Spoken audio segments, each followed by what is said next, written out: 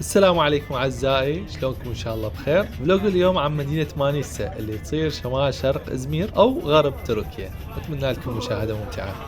وهاي وحدة من المدن المائية الموجودة بمدينة إزمير. هاي المنطقة اللي تشوفوها هاي تعتبر أطراف إزمير. شوفوا ما شاء الله الخضار على طول الطريق.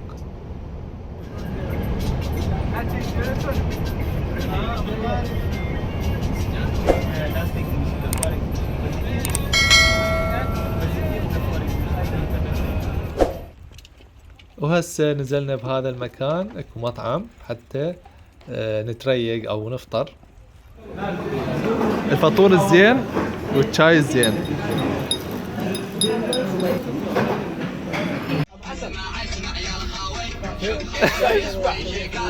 يلا يلا يلا يلا.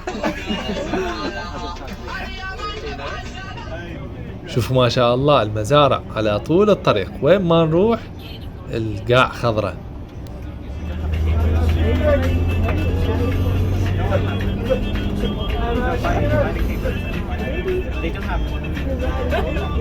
وصلنا حاليا البلدة اسمها كولا تابعة لولاية مانيسا. شوفوا هاي البيوت الريفية عادة ما تكون اما مكونة من طابق واحد او طابقين. اول محطة بهاي الرحلة هي زيارة الجيو بارك. وهسه احنا حاليا نمشي تقريبا مسافة 1.5 كيلومتر داخل الحديقة. الجيو بارك يعني مصطلح انجليزي يعني الحديقة الجيولوجية. هذا المكان يعكس او يبين تاريخ كوكب الارض. يعني هنا كان اكو بركان انفجر قبل آلاف السنين اثناء تشكل الارض، وهاي عبارة عن صخور متبقية من هذا البركان. هذا الموقع عبارة عن محمية طبيعية، يعني ممنوع البناء والحفر داخلها، ومعترف بها وموضوعة بقائمة اليونسكو للتراث العالمي. جروبنا بهاي الرحلة من مختلف دول العالم، من تركيا، من سوريا، ليبيا، أمريكا، إيطاليا، ألمانيا وروسيا وإندونيسيا والصين وعدة دول أفريقية. لجانب ما شاء الله كلش يحبون المشي وتسلق الجبال. هاي اللي تشوفوها هاي صخور بركانية حكيت لكم عليها. تخيلوا يعني هاي الصخور عمرها آلاف السنين. وحسب ما سمعت أنه أثناء أعمال الحفر والتنقيب لقوا آثار أقدام للإنسان القديم مطبوعة على وحدة من الصخور. واعتقد لاحظتوا أنه النباتات يعني ما تنبت حتى بين الصخور ما تنبت. ومسوين مثل ما تشوفون طريق حتى الواحد يوصل لهذا البارك، وهمين مسوين عدة جسور حتى واحد يمر من فوق هاي الصخور. أغلب السياح اللي يجون لهذا المكان هم من السياح الأجانب والأشخاص المهتمين بعلم الأرض الجيولوجي. وهسه حاليا نتسلق هذا التل حتى نشوف المنظر من فوق التل. تلاحظون شلون الانحدار كلش قوي بحيث صعب واحد يوصل للقمة. وهذا المنظر من قمة التل صراحة يعني يستاهل المخاطرة والصعود إلى أعلى التل. المنظر حلو مطل على كل الجيو بارك.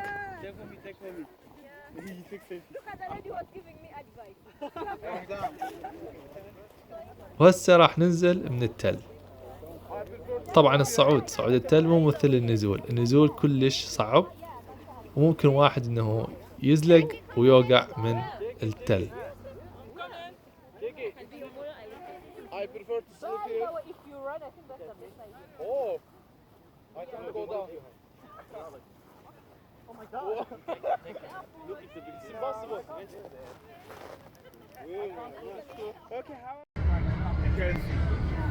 هسه نكمل طريقنا إلى مكان ثاني قريب من هنا اللي هو مداخن الجنيات بيري باجالارı.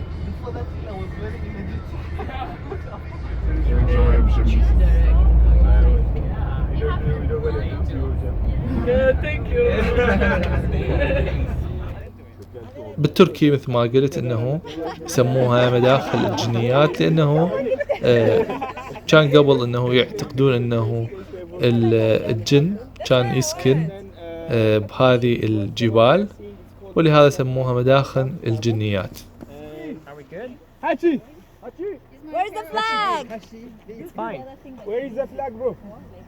بالحقيقة هاي التشكيلات الصخرية تكونت بفعل عوامل التعرية من الأمطار والرياح والثلوج، بسبب كون يعني الصخور مكونة من طبقات مختلفة، فقسم من الصخور يعني كلش صلبة، قسم آخر لا يعني أقل صلابة، فصار تباين بالصلابة الصخور، فنحتت بأشكال مختلفة. مثل هاي التشكيلات الصخرية موجودة همين لكن بشكل أكبر بمدينة اسمها نيفشهير. إن شاء الله راح أزورها وأسوي لكم فلوج عنها.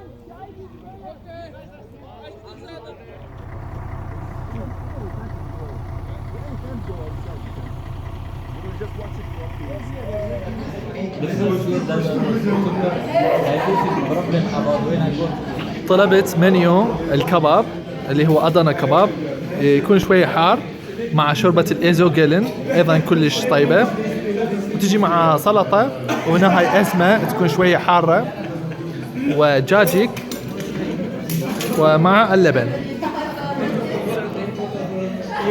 قدموا لنا شكل لبيدة كضيافة، وهسه راح نجربها.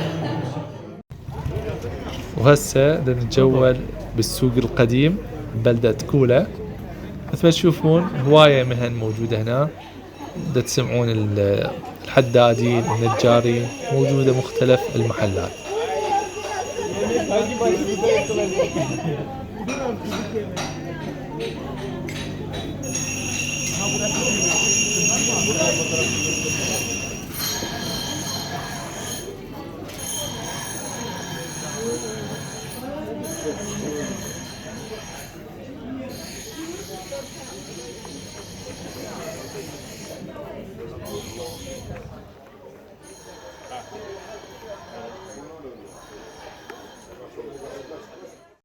وهسه وصلنا لواحد من أقدم الجوامع الموجودة بهاي البلدة، اللي هو جامع كورشنلو جامي.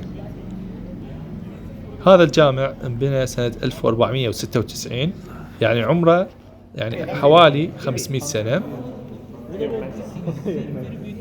والجامع مثل ما تشوفون كلش قديم، لكن الحلو هنا بتركيا انه يعتنون بالمباني القديمة، دائما يسوون اعمال صيانة، يعني بصراحة شيء يعني ترفع له القبعة.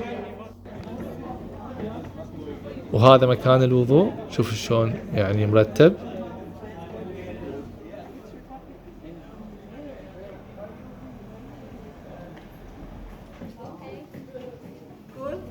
وهنا همين هذا واحد من البيوت القديمة.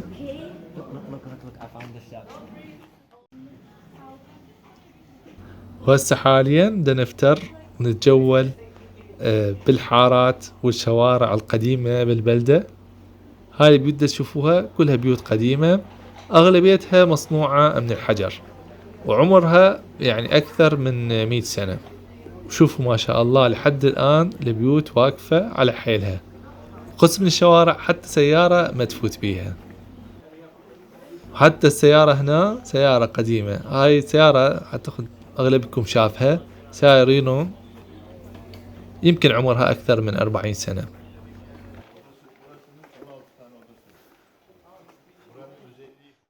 وهاي تشوفوها هاي الزاوية تقنية معمارية كانوا يستخدموها يعني قبل، يعني هذا جدار البيت ينقصون من عنده، يقصون من عنده على شكل زاوية 45 درجة حتى تسهيل المرور المشاة. So they cut the corners off the buildings to make the people and vehicles pass more easily from the corners. العجيب انهم هاي البيوت لحد الآن يعني مسكونة بالناس والحياة طبيعية، على الرغم انه بيوت قديمة، لكن يعني احس الحياة بعدها موجودة.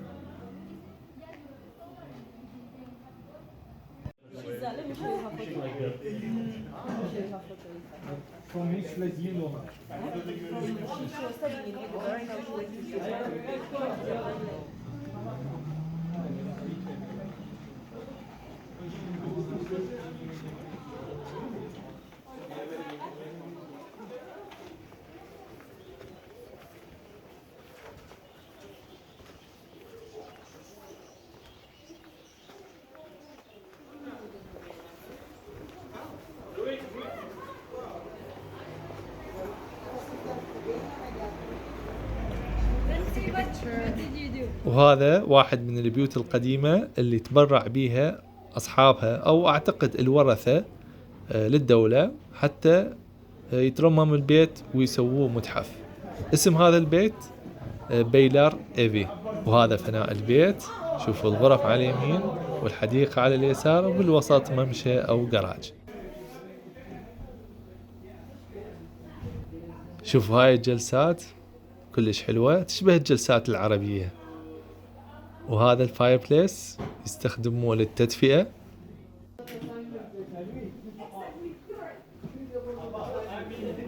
وحتى قسم الآثاث قديم مال أصحاب البيت الأصليين. ومبقين بعض صور العائلة اللي سكنت بهذا البيت.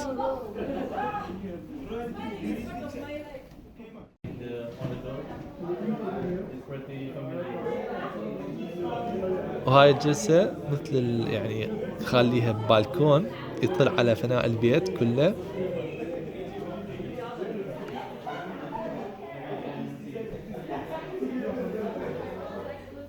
وهاي الجرة او احنا نسميها بستوقة يستخدموها هالقبل بحفظ وتخزين الاكل. ما كان عندهم ثلاجة كانوا يخزنوها بهاي الجرة. ومنها همين ما شاء الله المنظر كلش حلو. صراحة التصميم مال البيت حلو يشبه البيت العربي الشرقي.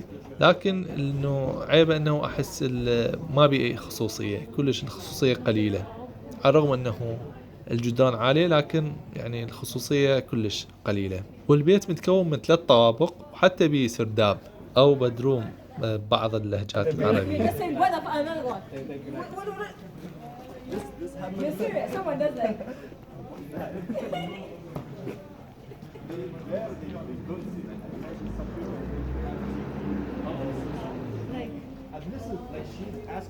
وهسه وصلنا لهاي الكنيسة القديمة. حاليا صارت متحف وهمين ضمن قائمة اليونسكو للتراث العالمي.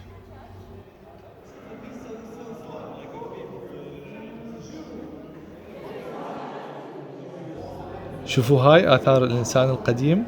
آثار أقدام لقوها بالصخور البركانية اللي قلت لكم عليها بالجيو بارك.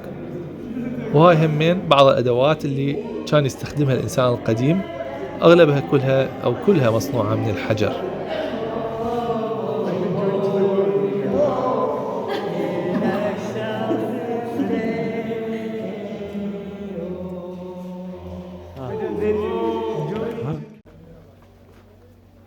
شوفوا هذا الشارع حتى سيارة ما تفوت بيه. وهسه وصلنا لهذا واحد من البيوت القديمة.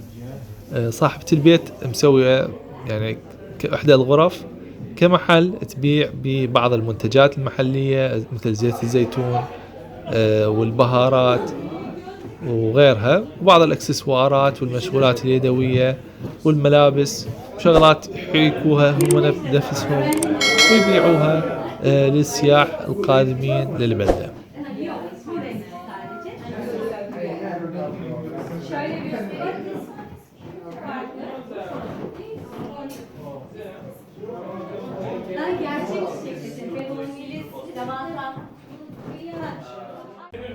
ولهنا ينتهي فلوق هذا اليوم. أتمنى إن شاء الله يكون الفلوق عجبكم.